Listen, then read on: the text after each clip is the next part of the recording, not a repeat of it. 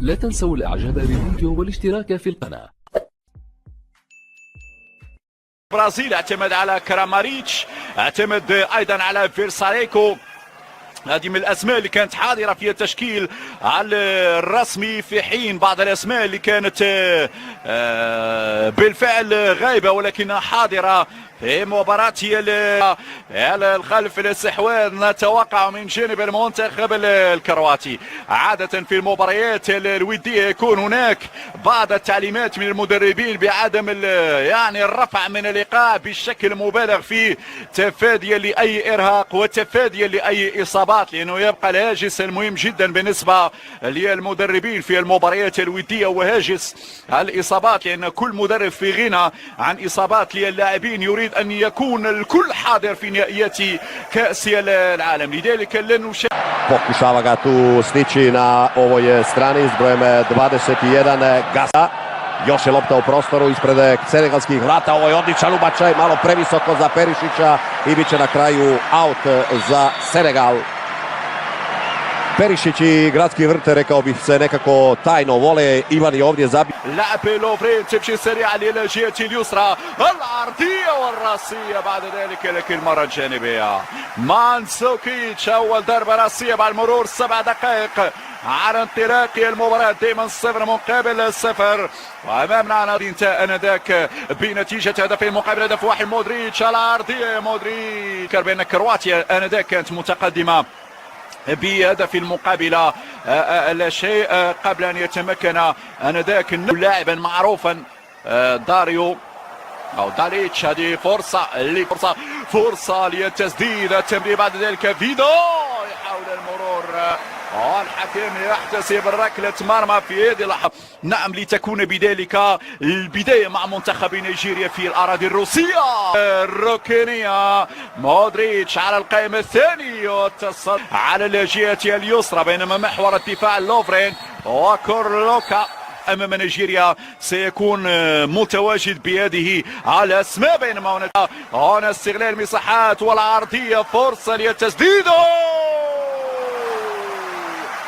سوباسيتش في أول امتحان يورو 2016، بينما انطلاقة سريعة من الجهة اليمنى لوكر اللقب الافريقي، بينما كرة وعرضية لكن الصافرة تأتي. نعم، هناك صافرة وضعية تسلل في هذه اللحظات قبل أن تصل الكرة اللاعب مانسوكيتش 21 إلى لمسابقة دوري أبطال أوروبا. هذه العرضية لكن لمن يسار، فرصة لساكو، فرصة السنغال يساكو، مرة جانبية رغم المضايقة، ولكن ساكو نجح في التسديد لحسن حظ كبيرة كالأرجنتين، كالبرازيل، كألمانيا، كإسبانيا. صحيح، نهائي كأس العالم كذلك في 2002، بينما كرة مرفوعة لكن بعيدة تماما. مدافع نادي ليفربول، مجموعة من اللاعبين، أرى لوفرين، أرى كورلوكا على القائم الأول، لم يكونوا عند الموعد في المباريات الودية، لم يكونوا مقنعين، وهناك تخوفات. إيطاليا لما لعبت الكاميرون مع المنتخب الإنجليزي. هذا وسترينيتش، أرضية ممتازة، فرصة دائما قائمة للمنتخب الكرواتي يتم إخراجها.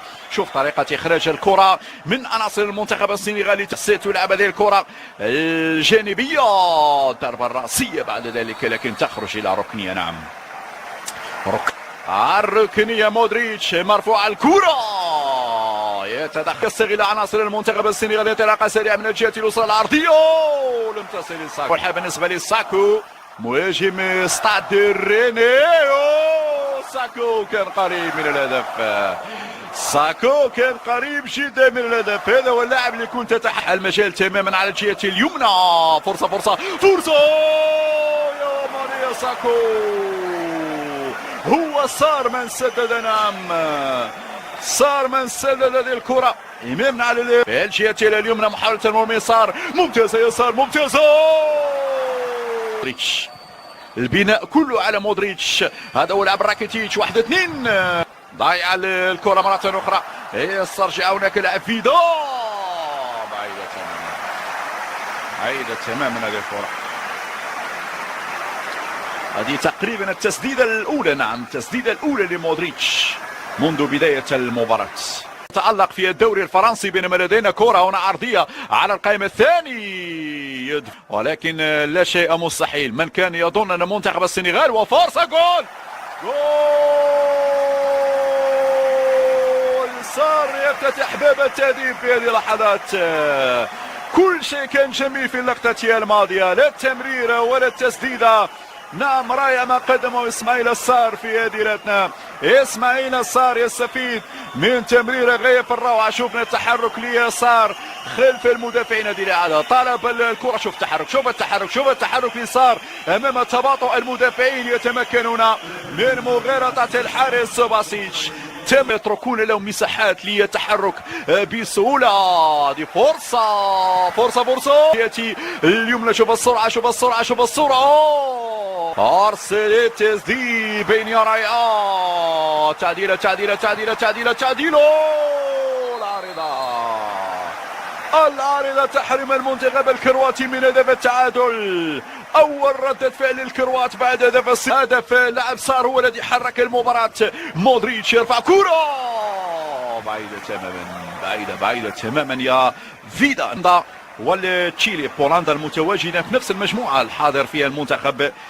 امتحان مهم جدا للعناصر المنتخب الكرواتي. تلعب الكرة على الجهة اليمنى اليسرى. سترينيتش يمر سترينيتش يدخل لمنطقة الجزاء، يمرر كرة خطيرة جدا وبشكل سريع. هذه فرصة للهدف الثانية مباراة. ماذا يقول الحكم؟ ترجع مرة أخرى كرواتيا. روعة التسديدة، رائعة التسديدة. كراماريتش يسعى تنفيذ الركنية، مرفوعة الراسية. بعد ذلك كان جانب عناصر المنتخب الكرواتي فرصة من ريبيتش يسجل أهداف في كل موسم من المواسم الثلاثة التي قادها مارسيلو بروزوفيتش مع نادي انترناسيونالي ميلان. ولعب إشارة تنفيذ بيريسيتش. التعادل كرواتيا. بيريسيتش غلطت أحد اللاعبين قبل أن تستقر في المرمى. الحل جاء من كرة ثابتة. بيريسيتش إذا يتمكن هنا بيريسيتش لاعب الانتر من تعديل النتيجة هذه الإعادة. غلطت حارس المرمى ديالو. هدف ثاني، لمسة رائعة، انطلاقة من الجهة اليسرى. فرصة بعيدة تماما. لاحظوا بأن أخرى لرفقاء مودريتش ملعوبة بتسديدة، لكن بعيدة تصرف. يبقى المرشح على برازيل جانب إسبانيا وألمانيا، بينما كورة وفرصة هنا.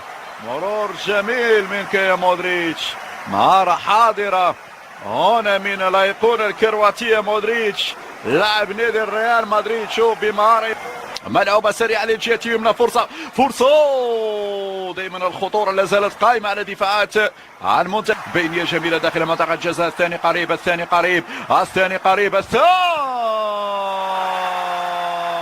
نعم الثاني للكروات. مشاهدينا الكرام، يتمكن كراماريتش من إضافة ثاني أهداف المنتخب الكرواتي من بدأ الهجمة ومودريتش. إذا الكروات يقلبون الطاول على أسود التيرانغا بعد ما كانوا منهزمين بهدف مقابل شيء. الكروات يتقدمون لأول مرة. شوف بدأت معك يا مودريتش بخارج القدم يمررها، وهنا اللاعب كراماريتش في الوالة معنويا يبقى مهم جدا. كرة مرفوعة داخل منطقة الجزاء. فرصة هناك صافرة من الحكم، إشارة لوجود خطأ. ركلة حرة اليمنى صعود لقسام العرضية، لكن التغطية برأس السنغال. إدريسا يسعى للتسديد والحكم ينصفه بركلة حرة. نعم ركلة حرة لفائدة المنتخب. الكرة هنا ماني